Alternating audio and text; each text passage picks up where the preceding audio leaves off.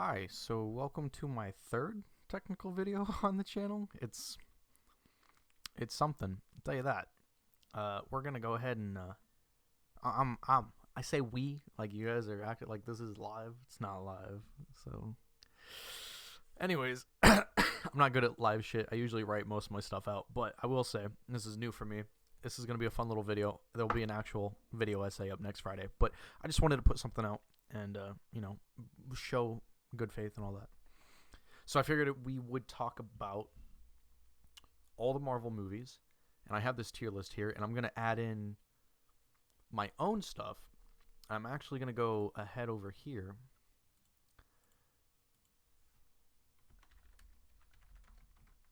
I might cut this out. It's all MCU shows. Get a list. Alright, yeah, we're going to go ahead and rank everything from worst to best, and I can't even say worst to best, because D tier is not even D tier. I got this idea from a bunch of other people, but it's just like, All right, D tier's C tier, it was okay. All right, wasn't great, wasn't bad. That's good. A is fantastic. You know what? Here I got you guys. Right there, marvelous. All right, S tier.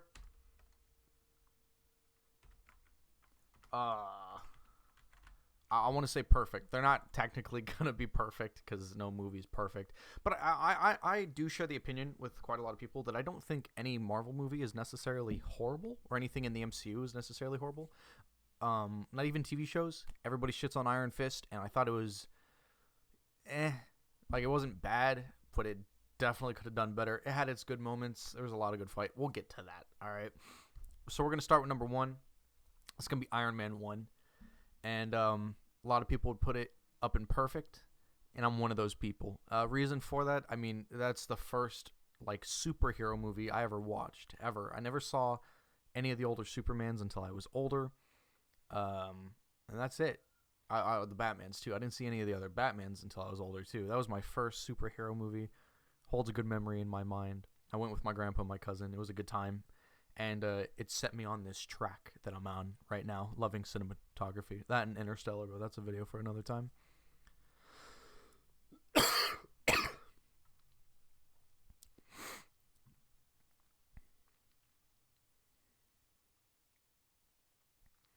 All right, Iron Man 2.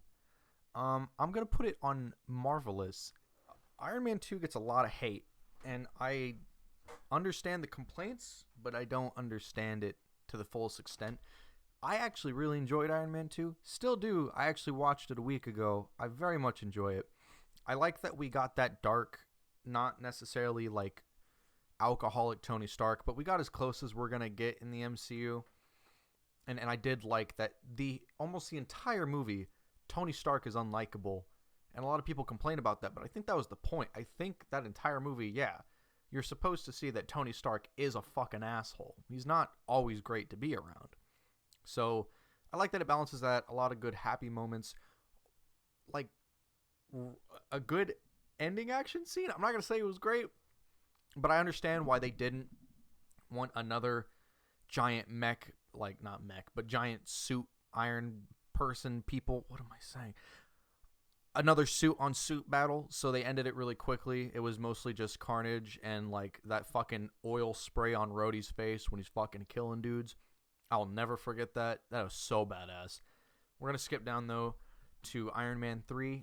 I'm gonna put Iron Man 3 in Marvelous 2. Iron Man 3 is another movie that gets a lot of hate, and I enjoy Iron Man 3 more than I enjoyed Iron Man 2, honestly. It's a good movie. It has good plot, a lot of cool fucking suits.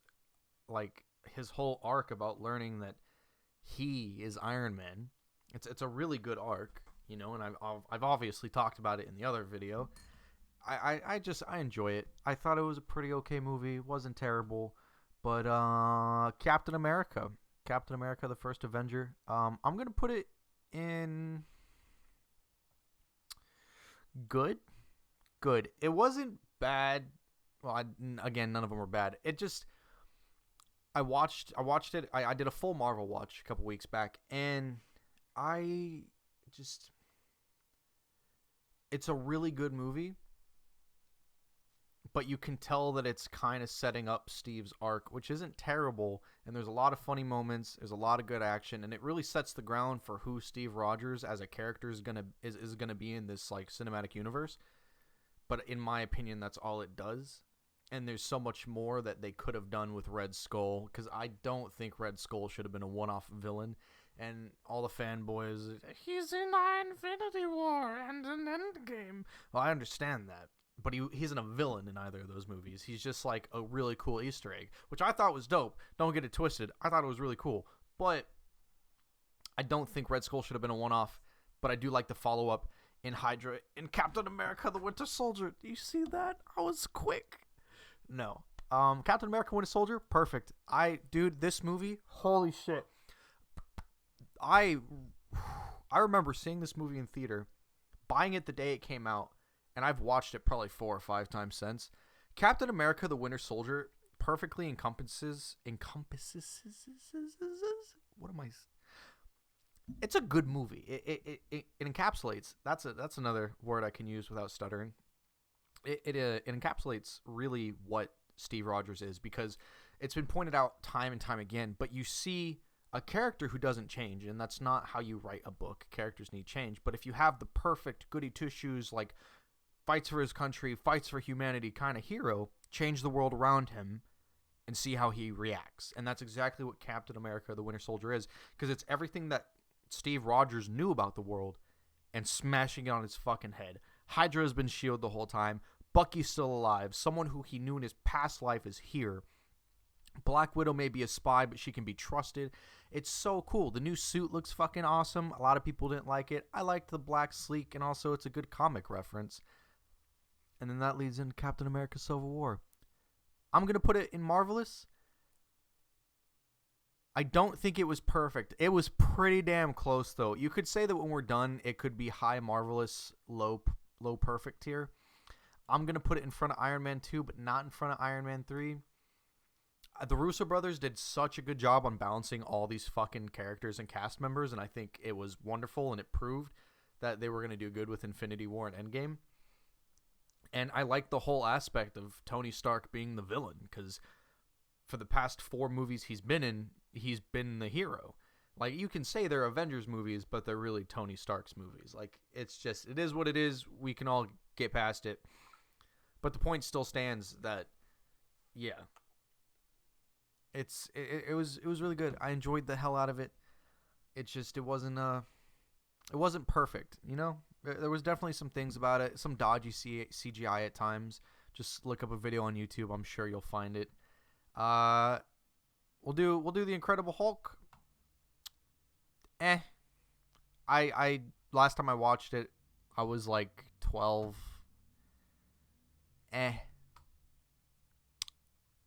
I wish they'd bring Abomination back. That'd be pretty cool. I will say that. I'd love to see Abomination come back. Yeah. Thor. Thor's also an I have a lot of unpopular opinions. I didn't think the first Thor movie was like. Again, it was my whole issue with the Captain America thing. It really was just setting up the characters, which was really cool. And I did like it had like a Shakespearean kind of tone to it the whole time. Actually, you know what? We're gonna put it up. Okay, it was okay, but I just it didn't catch me. It really just seemed more like a play, which I get that's what the director was going for. That and the Dutch tilts. Like, I don't have a problem with Dutch tilts. I understand it's supposed to like not inspire. It's supposed to give the illusion that something isn't right. But when half your movies is Dutch tilts, you really start to question what the fuck. And looking it up, I found that the director wanted to do it to give it a more comic booky feel, but I mean, he tried. It just didn't work out. It is what it is. Thor: The Dark World. I actually enjoyed Thor: The Dark World. I know, like I said, I have a lot of unpopular opinions. I enjoyed it. I like the sacrifice that Loki made, and I wish they would have gone through with it, but it added even more to the sacrifice of Infinity War. At the time, I didn't know that, obviously, though. I think the Dark Elves or whatever, it was just kind of like a fill-in villain. The villain of that movie didn't even really matter. It was to set up the Ether Stone and the Infinity Saga as a whole and to confirm, which it is what it is. It's cool. I really enjoy all the characters. I'm so glad. What's her name? She played Padme. Natalie Portman. That's her name. I'm glad she's coming back for Thor 4. That's about all I have to say on that. Thor Ragnarok. That's going straight to perfect. That movie is so damn good. It hits all the emotional moments at the right time. It hits all the funny moments at the right time. And you could really tell they had fun making that fucking movie. Taika Waititi is a goddamn genius. I cannot express that enough. If you haven't seen the other movies he's done, I highly recommend you go see them because they are so fucking good. And his movies tend to be really funny too. Thor Ragnarok, perfect. I'm glad. You could say, I'm going to get to Age of Ultron, but a lot of the complaints about Age of Ultron is it sets up the other movies for the MCU, which it does in an aspect. But Thor Ragnarok really set up Infinity War and Endgame for Thor's arc. And nobody complained about it. Now, I understand it wasn't setting up like 4 or 5 movies, but it still did set up the other 2. That's just me. You can disagree. You make your own tier list. Tell me what you think. But yeah, Thor Ragnarok's perfect. We're going to go ahead and go... We did the main 5. We'll do the first 2 Avengers and then we'll talk about it. Avengers, first one, perfect. It's such a good movie.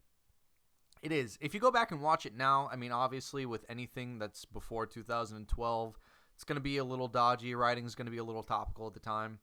But even then, it was really good. It established the universe as a whole and really set up the overarching arcs for all the characters in the first Avengers movie.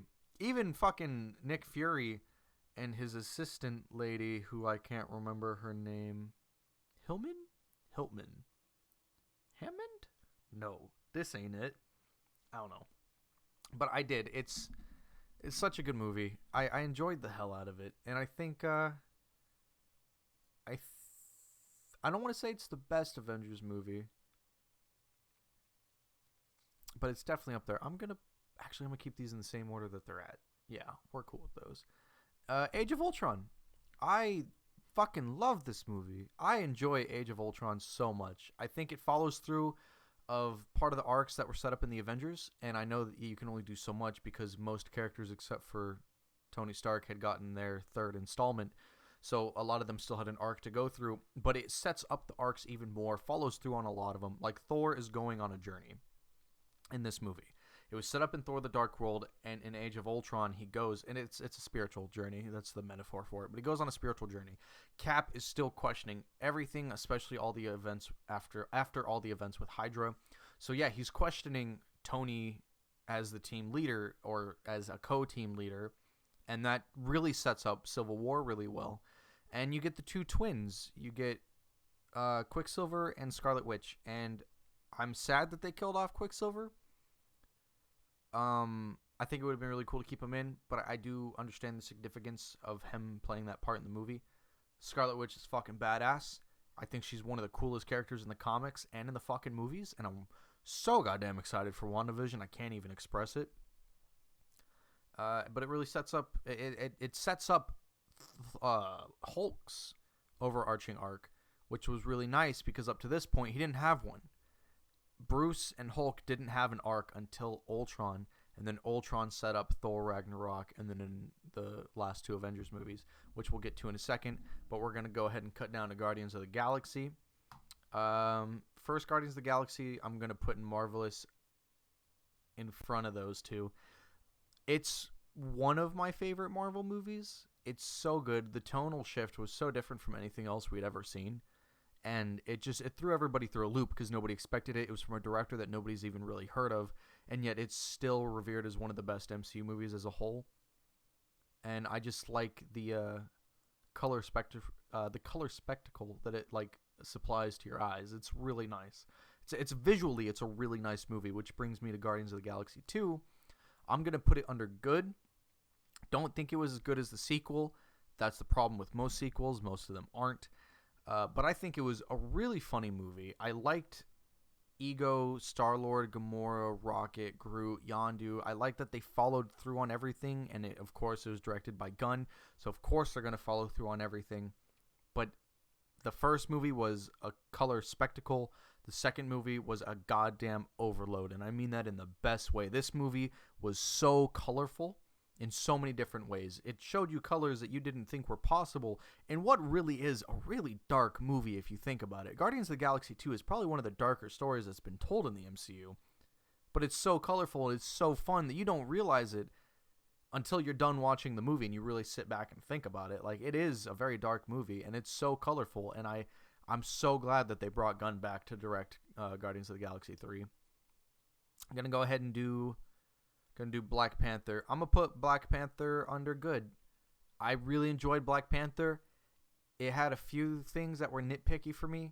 Other than that, nothing really bad. I think Killmonger is probably one of, if not the best MCU villain we've ever gotten aside Thanos. Like, Killmonger's fucking dope. Oh god, that motherfucker kicks ass. I really enjoy how it expands and builds Wakanda, which I understand that's what it was for, Wakanda. And I understand it was supposed to build and show you the culture and the experiences of Wakanda.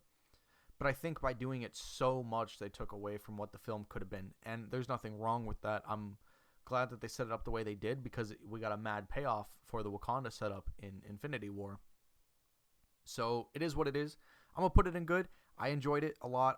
I still think it's one of the better movies. In fact, I'm actually probably going to put Captain America back here and Thor right there. Doctor Strange.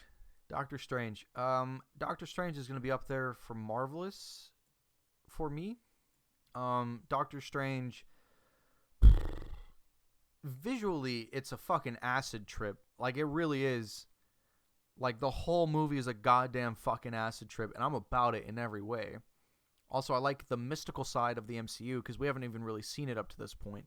The only mention of it was Thor and that line that everybody likes to quote all the time. But actually seeing it, though, is pretty cool. And I like that Doctor Strange is a doctor. Stephen Strange is a doctor.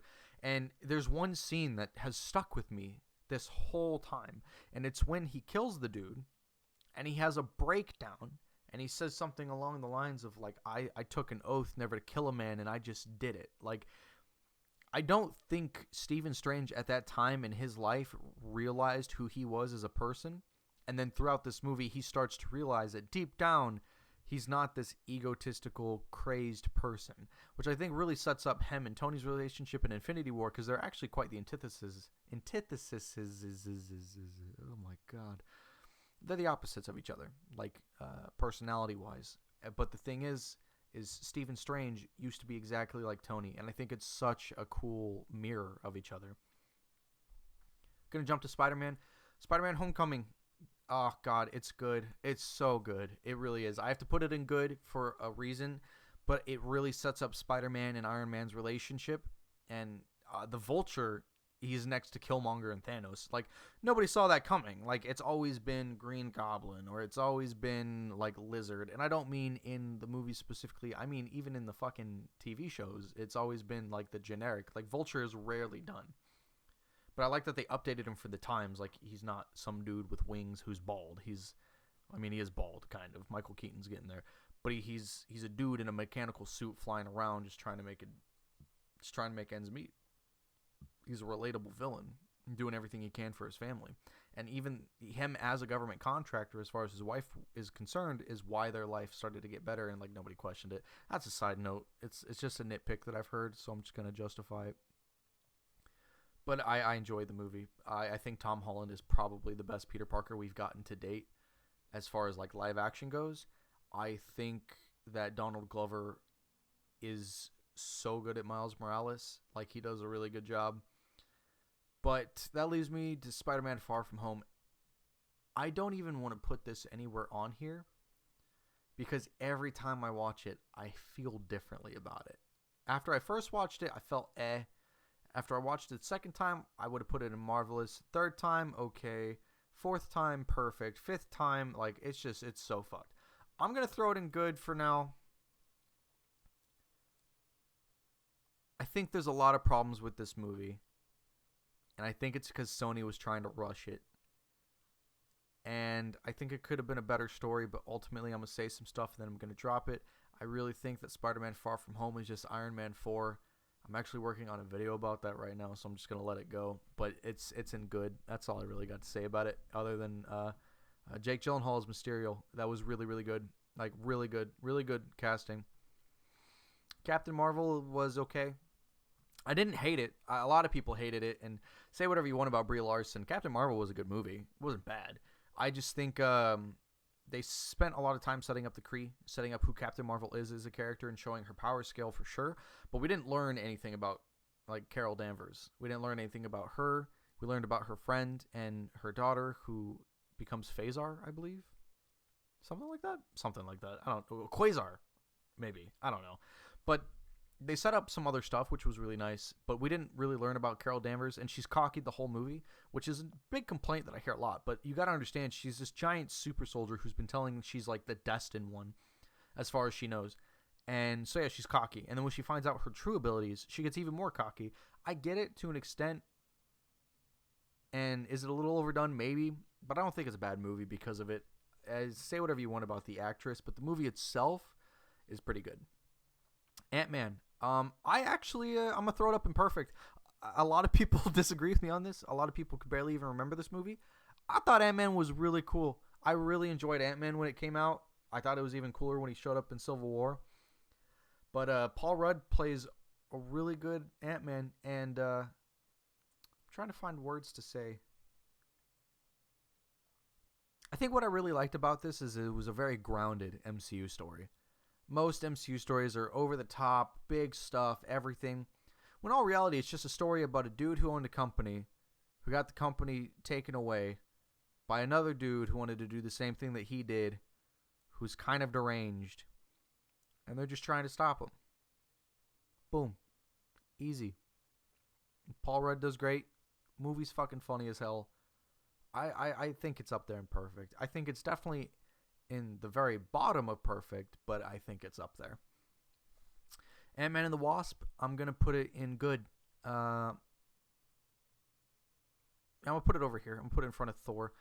Good. I enjoyed it. It was pretty funny. I enjoyed that you can see how more experienced Wasp is over Ant-Man. Scott Lang, that is.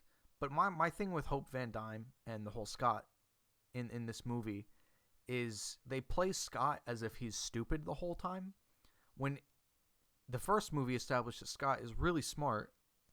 Like, he did a lot of things in that movie that proved his intelligence, but in the second one they kind of forgot he was intelligent and treated him more as like a dumb person to use him for expulsion, that's not it, to explain stuff about the plot and certain quantum things that have no scientific backing. But point is, exposition, that's what it is.